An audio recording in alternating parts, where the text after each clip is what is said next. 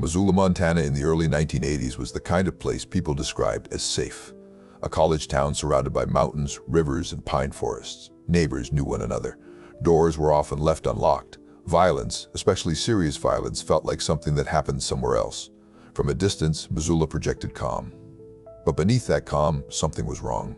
From a psychological perspective, this case would later teach investigators how danger can exist in plain sight, not hidden in alleyways or distant highways, but woven quietly into everyday life. At the center of that lesson was a man named Wayne Nance. Wayne Nathan Nance was born in 1964. By the time he reached adulthood, he had learned how to blend in.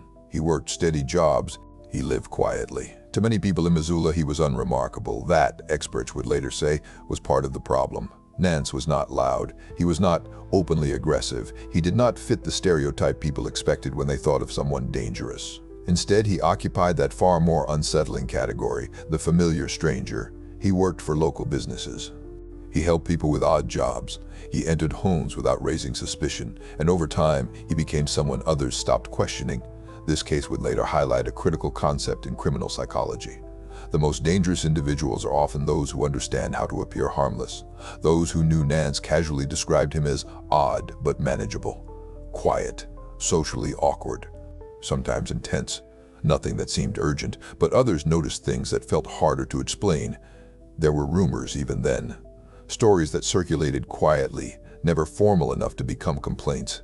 He talked obsessively about violence. He fixated on power and control. He made statements that felt less like jokes and more like promises. From a behavioral standpoint, this is known as fantasy reinforcement, when violent thoughts are rehearsed mentally long before action occurs. Experts believe this stage can last years. Nance also struggled to form healthy relationships. He drifted between social circles without fully belonging to any of them. Psychologists note that chronic isolation can amplify resentment and entitlement, especially when combined with untreated mental health issues.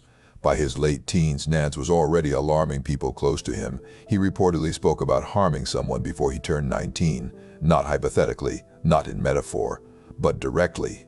This matters, because one of the most reliable indicators of future violent behavior is verbal leakage.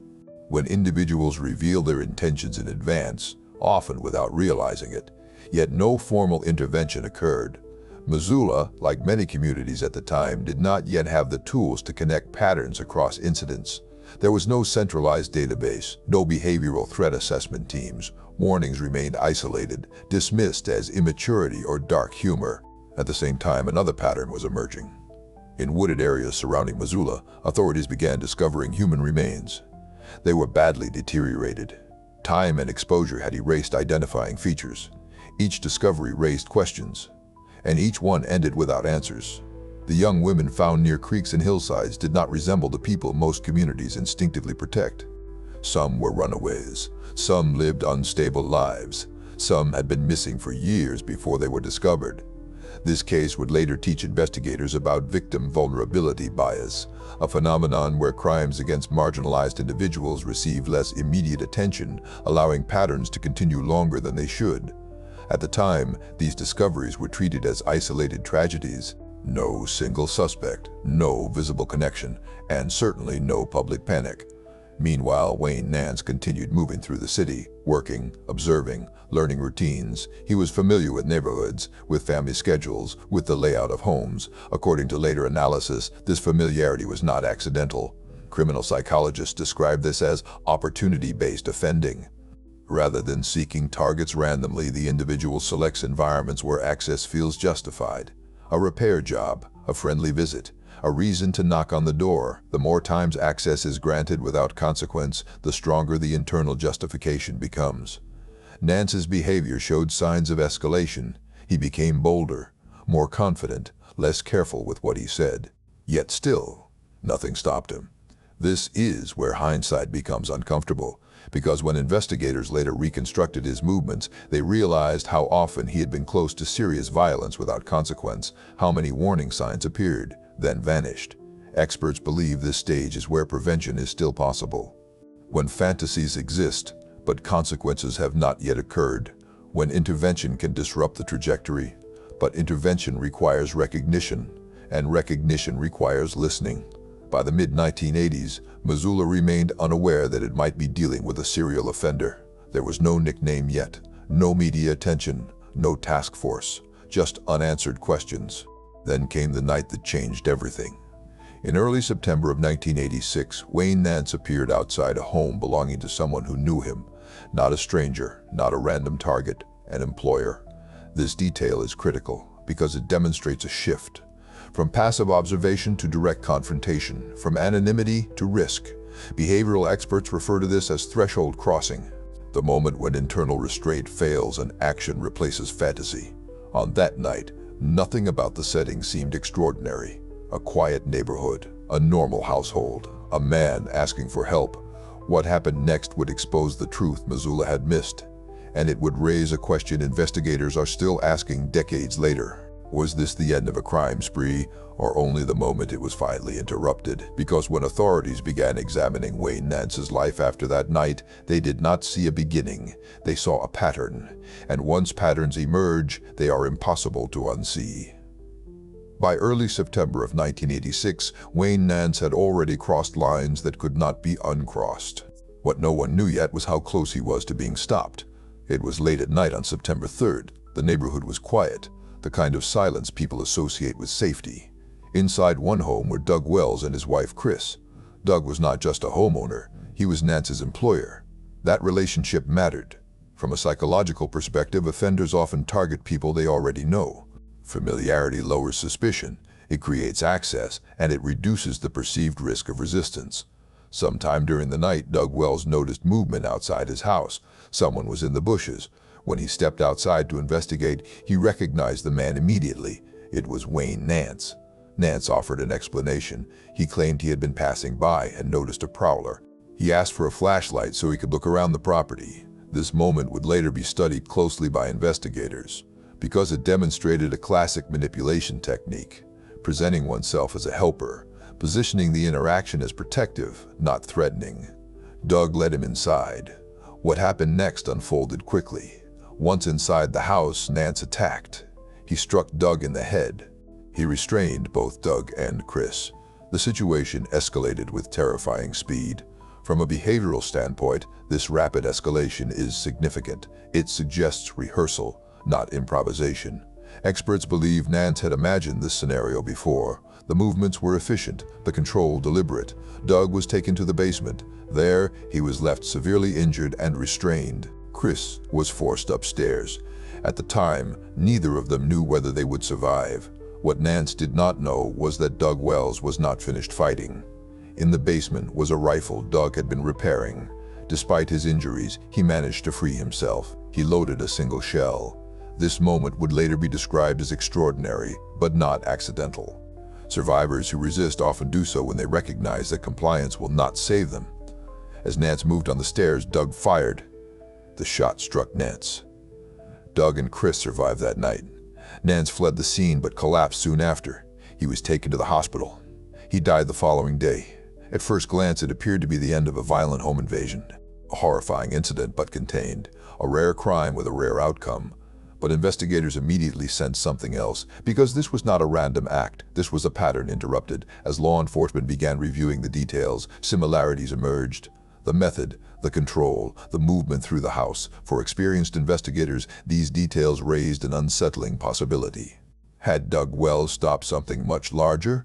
As detectives searched Nance's home and belongings, they began finding items that did not belong to him. Personal property from other households, objects tied to earlier unsolved cases. The significance of these discoveries cannot be overstated. Post-mortem investigations are rare opportunities. They allow authorities to examine evidence without the interference of denial or deception. And in this case, the evidence began pointing backward in time, toward other homes, other families, other nights that did not end with survival. Investigators started revisiting earlier cases around Missoula, cases that had never been connected, disappearances that had never been solved. They noticed similarities in geography, in victim profiles, in how access had been gained. From a criminological standpoint, this is when a lone incident transforms into a series. And that transformation forces a new question. If this was not the first time Wayne Nance had done something like this, how many times had it happened before? And just as importantly, How many times would it have happened again? In the days following Nance's death, the city of Missoula struggled to process what had occurred. There was relief, confusion, and a growing sense of dread. Because the story no longer felt finished, it felt like the middle. Once Wayne Nance was gone, investigators were left with something they rarely receive: time. There would be no interrogation, no trial, no confession to test against evidence. Instead, there was a single task: reconstruct the truth. Detectives began by cataloging what Nance left behind: personal belongings, tools, photographs, items that did not belong to him. This process revealed the first major shift in the investigation. Several objects recovered from his residence were linked to earlier unsolved home invasions. Others matched property reported missing after violent incidents in the Missoula area.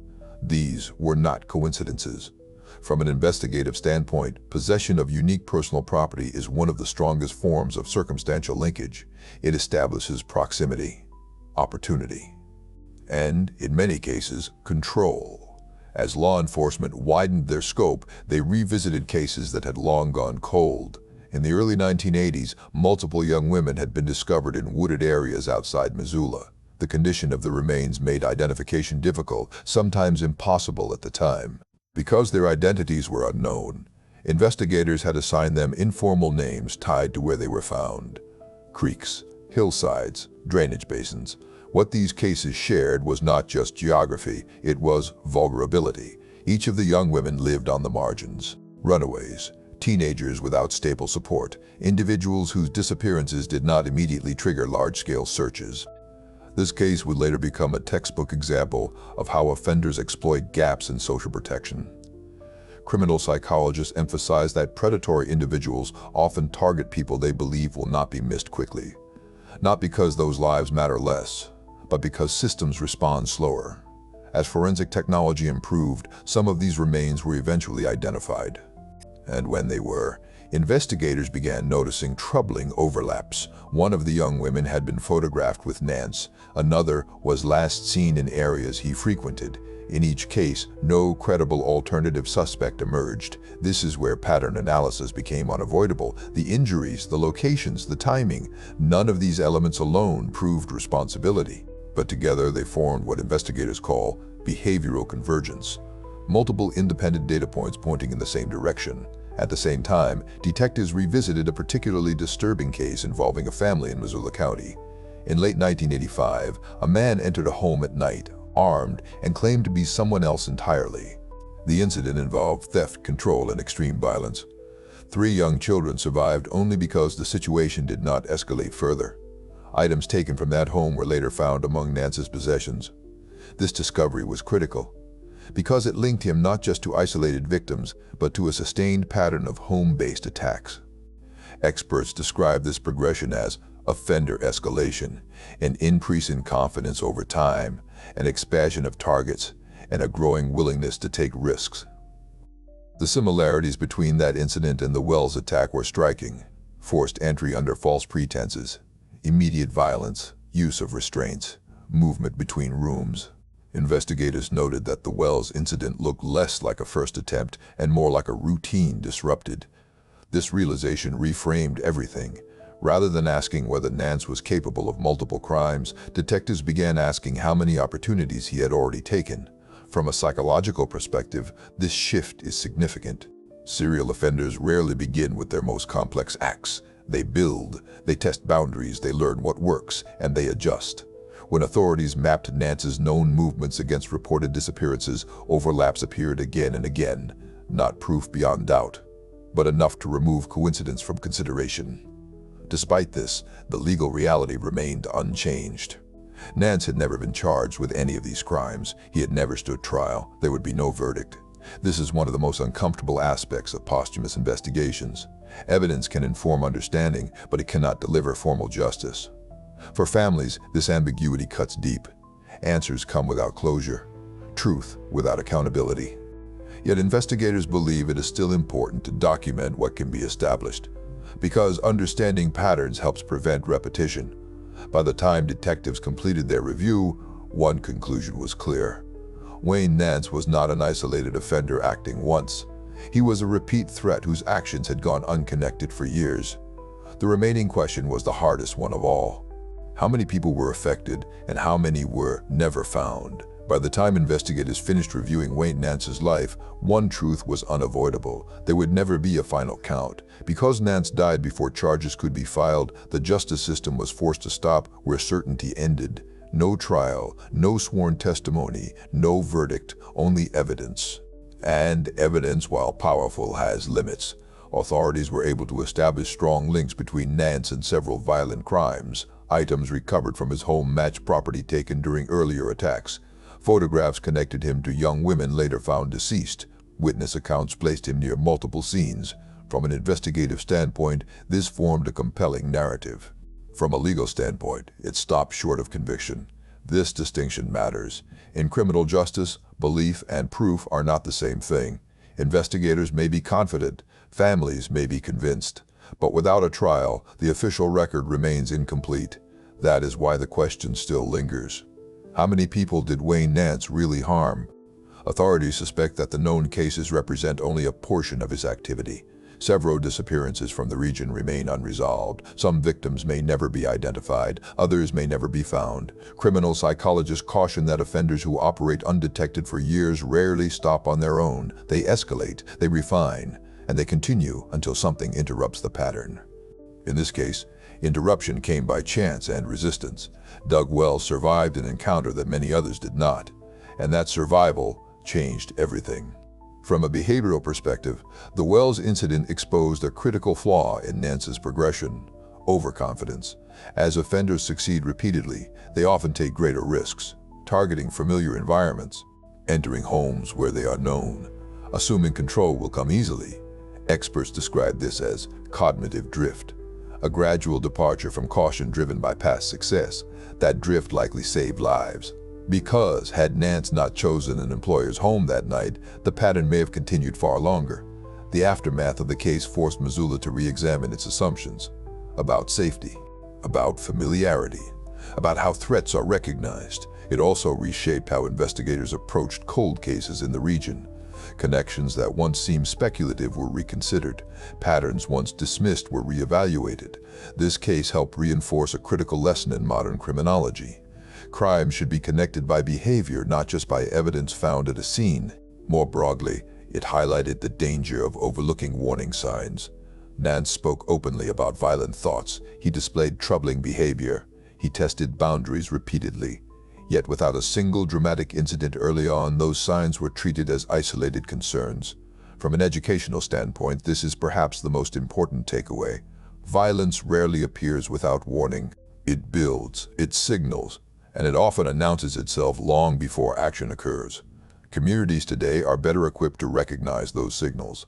Threat assessment teams, information sharing, behavioral analysis. But these tools only work if concerns are taken seriously. For the families of those believed to have been harmed, the lack of definitive answers remains painful. Closure is partial, justice incomplete. Still, understanding matters, because every pattern documented reduces the chance that another goes unnoticed. Wayne Nance may never have been formally convicted, but his case has become a cautionary study taught to investigators, psychologists, and criminologists. A reminder that danger does not always look dangerous, that familiarity can be a disguise, and that sometimes survival itself becomes the turning point that exposes the truth. If this case teaches us anything, it is this: pay attention to patterns, listen when someone reveals who they are, and never assume that quiet means safe. Because in Missoula, silence hid a threat for years, and it was only broken when someone fought back.